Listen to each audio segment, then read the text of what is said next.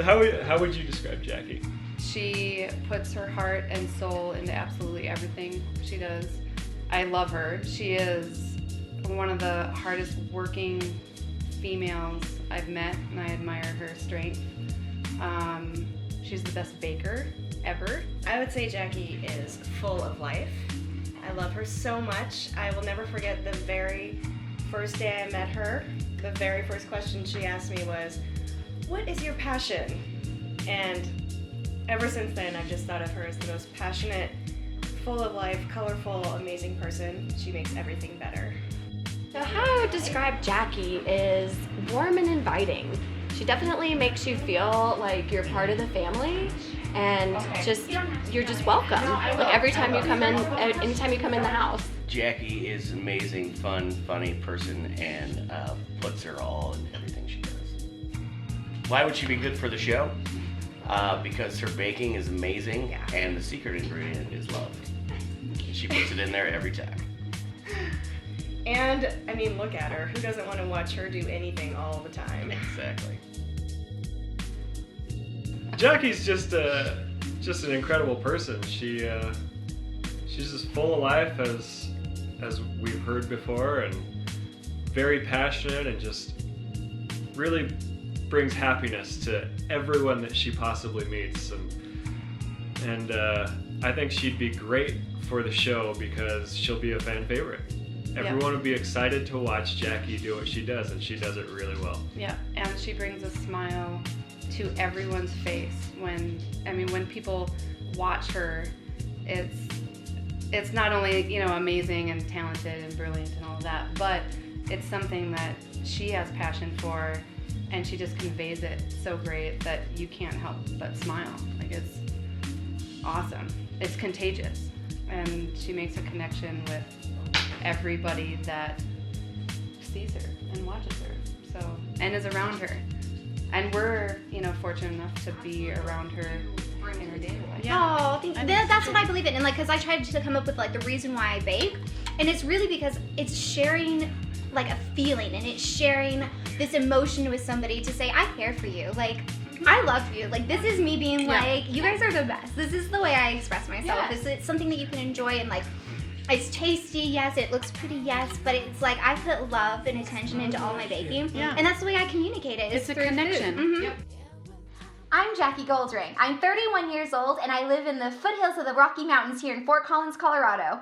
Here, we love craft brews, outdoor music festivals, and locally roasted coffee. I moved back here 4 years ago after living in London for 7 years, and I've been baking up a storm since. I've catered kids' birthday parties, weddings, bar mitzvahs, you name it. I own my own commission-based bakery called Victory Rolls Bakery, and I also work full-time as an admissions counselor at Colorado State University. In my free time, I love relaxing at home with my partner Sam and my puppy Martin, and baking treats for all of my friends. So today I invite you inside of my little kitchen to check out what's going on. I love Christmas so much. In fact, I wish it were Christmas right now. I'm essentially a 5-year-old at heart.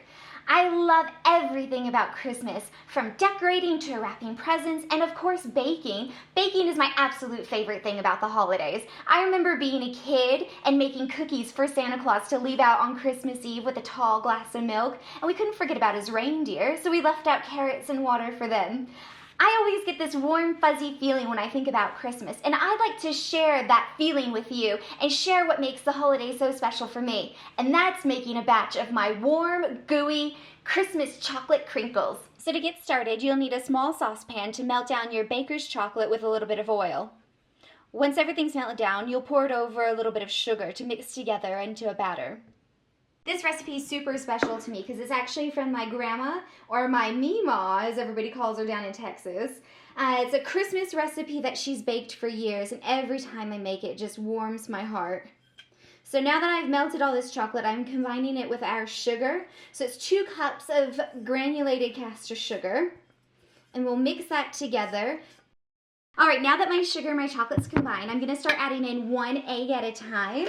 And I really love to know where my ingredients come from, so I actually ran over to a friend's house this morning and picked up some very, very fresh eggs.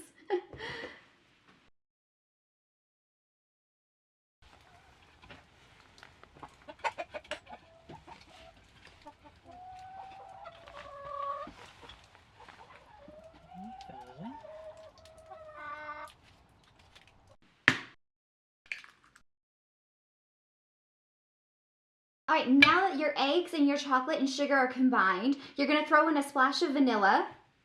And I've actually added some vanilla pod seeds in there as well to bring out that flavor.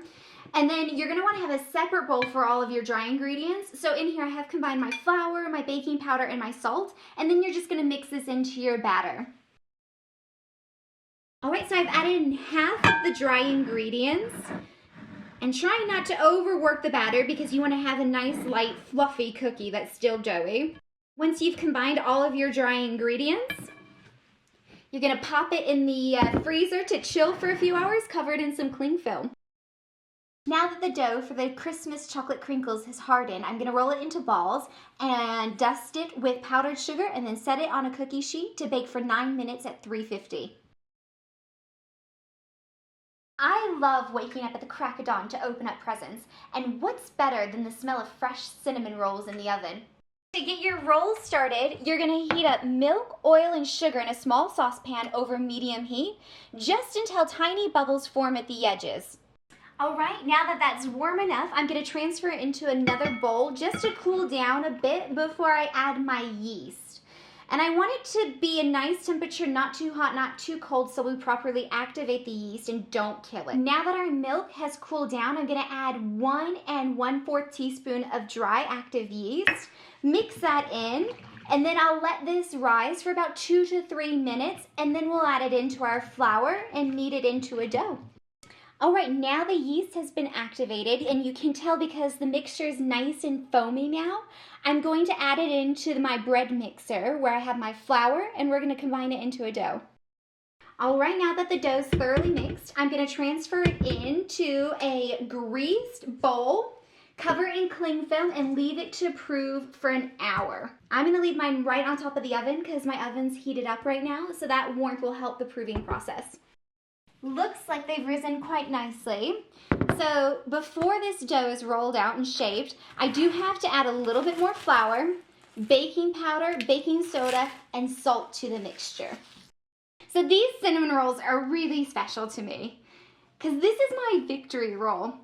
When I was kind of brainstorming an idea for the name of my bakery, it all hit me one night. It struck me. Victory rolls. And so I came up with the idea of having this retro bakery with all of these rockabilly themes in a pinup girl style. And victory rolls just worked. It's that hairstyle that was really founded in the 1940s, calling back to the time when our troops would fly over London and do aeronautical loops in the air to celebrate their victories. And the women back home would style their hair in this manner. And I just really love that because it calls to my own history as well. Because both my grandfather and my father have an aeronautical past. My dad is a pilot and my grandfather was an aviation engineer.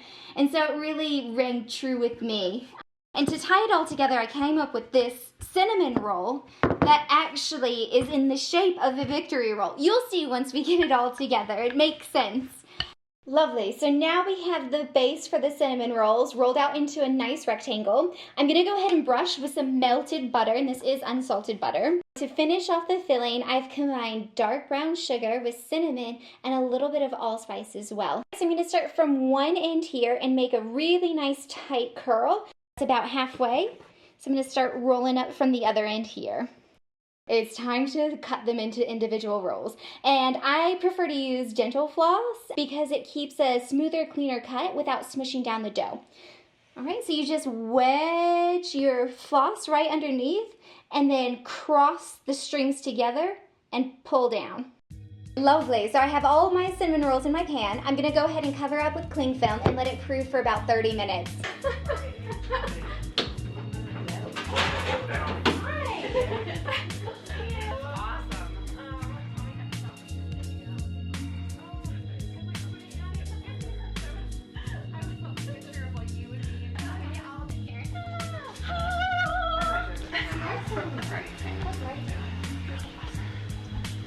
Rolling. Rolling? Yeah. All right, looks like the cinnamon rolls are all finished. Ooh.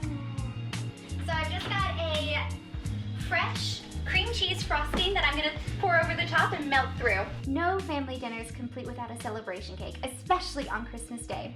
So for my grand finale, I'm gonna bake a Chantilly cream cake with fresh strawberry jam garnished with chocolate-covered strawberries. What is your skirt made out of? Can we just talk about this for a hot minute? Down skirt. Shut the front. Just got it. Very excited. No, I love it so much. Like, that's awesome. Okay. Okay, we're just gonna have a conversation. Okay, so I'm gonna finish frosting my cake here. So I do have my Chantilly cream on the top. And then before it's finished, I'm actually gonna dip some strawberries in white chocolate. So these are the finished products from the baking I've done this morning. So to start off, over here at the end of the table, we have our Victory Rolls cinnamon rolls covered in a fresh cream cheese frosting. A few of them do have raisins in there as per Sam's request. Next in the center, you'll see the Christmas chocolate crinkle cookies. They're kind of the happy marriage between a cookie and a brownie with a nice fudgy center. And then the cake at the end is our celebration cake. It is a white chocolate sponge with Chantilly cream and homemade strawberry jam. So don't hold back. Dig in.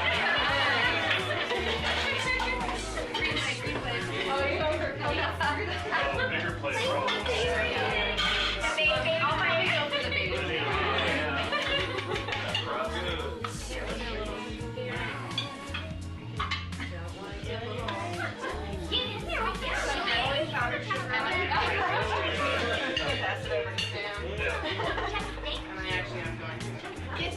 Get the meat, girl. Don't deny your true nature. They're incredible. I like to call them brown nookies because they're brownies and cookies.